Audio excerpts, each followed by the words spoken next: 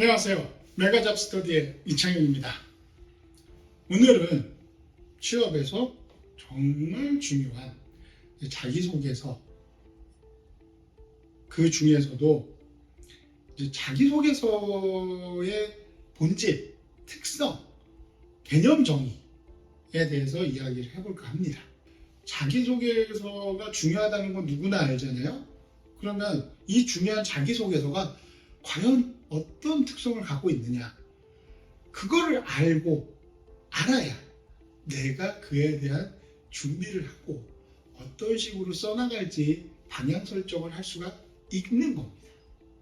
그래서 오늘은 자기소개서의 개념 정립이 필요한 이유, 그 부분에 대해서 이야기를 해보게요. 자기소개서가 뭐예요? 자기소개서란 말 그대로 나를 상대방에게 소개하는 거죠. 뭐를 이용해서? 문자, 글, 텍스트를 이용해서 소개하는 겁니다. 그러면 사람들, 취업하시는 모든 분들한테 아마 물어봐도 자기소개서 쓰는 거 너무 쉬워요. 별거 아니던데요? 라고 하는 분들은 저는 만나보지 못했어요. 대부분 다 어렵다고 생각합니다. 자기소개서는 어렵다. 맞아요. 정말 어렵습니다. 왜냐? 첫 번째는 자기소개서는 내가 만약에 썼어요. 잘 어떤 항목들 여러 가지를 썼는데 쓰고 나서 그거를 아무리 봐도 그거를 그 자기소개서를 여러 회사에 지원을 해요. 근데 이 자기소개서에는 가장 중요한 게 정답이 없습니다.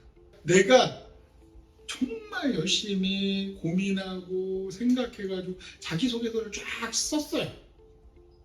근데 이게 소위 말하는 정답에 가까운 건지, 여기서 말하는 정답은 채용 기업 입장에서 선호하는 자기소개서냐 아니냐예요. 그거에 대한 정답이 없죠. 그리고 피드백도 없습니다. 예를 들면 어느 회사에 넣었을 때 본인은 자기소개서를 잘 썼네요. 이런 부분은 조금 아쉽네요. 이런 피드백을 받을 수가 없어요. 그 이야기는 뭐냐? 일반적으로 피드백을 받을 수는 있죠. 아는 선배나 아니면 자기소개서 전문가들에게 나 이렇게 썼는데 쓴 거에 대해서 어떻게 생각하는지 피드백을 주세요. 그럼 그분들이 피드백을 줄 수 있어요. 그리고 그 피드백에 맞춰서 작성을 하게 되면 당연히 경쟁력은 올라갈 겁니다. 그렇지만 그게 내가 지원한 회사에 100% 적합한 자기소개서다 라는 거는 모른다는 얘기죠. 그러니까 약간 어떤 의미에서는 약간 깜깜이적인 성격이 강한 겁니다. 자기소개서는. 그거와 연결돼서 어려운 이유, 자기소개서를 쓰는 게 너무너무 어려운 이유는 두 번째는 판단할 수 있는 기준이 다양하다는 거예요. 그러니까 어떤 의미냐? 똑같은 경험이나 사건을 보고도 누군가는 이 사람이 정말 힘든 상황이었지만 이걸 잘 극복했구나 라고 생각할 수도 있지만, 다른 쪽으로는 이 사람은 이런 경험을 했기 때문에 우리 회사랑은 맞지 않을 거야, 탈락, 이렇게 나뉠 수가 있다는 거예요. 똑같은 걸 보고도. 예를 들어서 여러분들 아르바이트 경험을 되게 많이들 쓰시잖아요. 그 중에서도 솔직히 자주 눈에 띄는 게 편의점, 아니면 식당, 서빙, PC방, 여러 가지들이 있는데, 기본적으로 좀 서비스 업종을 주로 많이들 쓰시는데, 예를 들면 서비스업을 기반으로 하는 회사가 있고, 제조업 기반으로 하는 회사가 있는데, 제조업 기반으로 하는 회사에 어떤 사람이 넣었어요. 똑같이 써가지고, 내가 편의점에서 일을 하면서 정말 주인의식을 갖고 여러 가지 어떻게 하면 좀 더 손님들에게 양질 서비스를 제공할 수 있을지 고민하고 점장님하고 상의해서 새로운 DP도 바꿔보고 이벤트도 여러 가지를 했다. 이거 굉장히 좋은 경험이잖아요. 근데 이게 제조업이나 다른 쪽 입장에서, 기업 입장에서 봤을 때 와닿지가 않는 거거든요.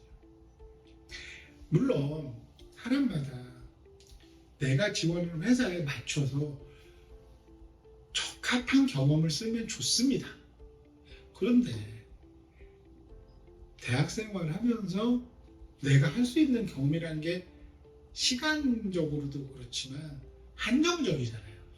한정이 된 상황인 거잖아요. 그러니까 무수히 많은 경험을 할 수는 없으니까. 그런 의미에서는 이렇게 산업군이 다르면 차라리 이쪽은 좀 서비스를 쓰지 말고 좀 딴 걸 써야겠다 이렇게 할 수 있는데, 비슷한 예를 들면 제조업이 아니라 똑같은 서비스 관련한 회사에 이 경험을 갖고 자기소개를 썼어요. 근데 어느 회사에서는 이 사람이 편의점 아르바이트를 하면서 이런 일을 했구나, 되게 열심히 하고 좀 생각 있는 사람이다라고 생각할 거고, 또 다른 쪽에서는 또 편의점이다, 뭐 별거 없겠다, 이게 이 사람이 당신은 선입견이 있으니까 잘못됐다 라고 누구도 얘기 안 하거든요. 해줄 사람도 없고. 왜냐면 이 사람의 고유 권한이니까요. 그렇게 보면 내가 아무리 열심히 써서 글을 잘 만들었다고 하더라도 이거를 판단하는 사람이 굉장히 다양하기 때문에 그걸 알 수가 없다는 거예요. 그래서 이 두 가지, 정답이 없고 피드백을 받을 수 없고 판단할 수 있는 기준이 되게 다양하다. 그러니까 기준이 명확한 게 가이드라인이 보이지 않기 때문에 어려운 거예요. 기준이 여러 가지면 그걸 다 맞출 수가 없으니까요. 그래서 자기소개서는 굉장히 쓰기 어렵습니다. 그러니까 쓰기 어렵다는 걸 인지를 하시고, 자기소개서가 굉장히 어렵구나. 뭐 어렵다고 해서 안 쓸 건 아니니까. 어려운 건 알지만 그에 맞춰서 써야 되잖아요. 여러 가지 방법으로. 그건 이제 제가 추후에 이제 영상에서 계속 말씀을 드릴 테니까. 그러니까 이렇게 쓰기 어려운 자기소개서이기 때문에 사람들이 그 이야기를 되게 많이 합니다. 차별화.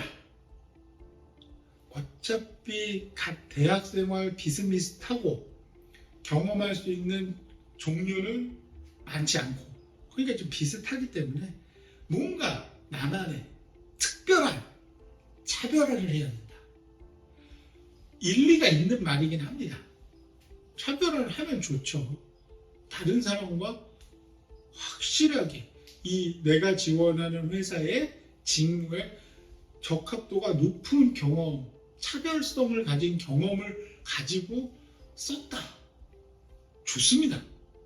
그거는 그 사람의 능력이에요. 그렇지만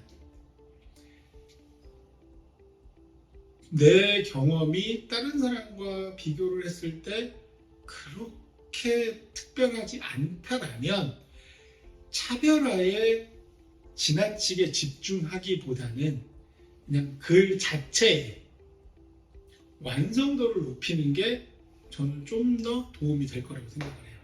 상대방이 글을 읽었을 때 이해하기 쉽고 문맥에 맞고 어법에 맞고 단어끼리 호응 관계가 잘 맞고, 그래서 읽었을 때 이 내용을 파악하는데 빨리 파악할 수가 있는 가독성을 높이는 글이라면 그게 저는 오히려 도움이 더 될 거라고 생각을 합니다. 차별화가 틀린 말도 아니고 분명히 좋은 말이고 차별화 시키는 게 맞아요. 하지만 내가 차별화를 시키는데 어려움을 겪는다면 그거 이외에 다른 쪽으로도 내 경쟁력을 높일 수 있는 방법은 있으니까 너무 차별화에만 몰입할 필요는 없다. 그 말씀을 드리고 싶은 겁니다.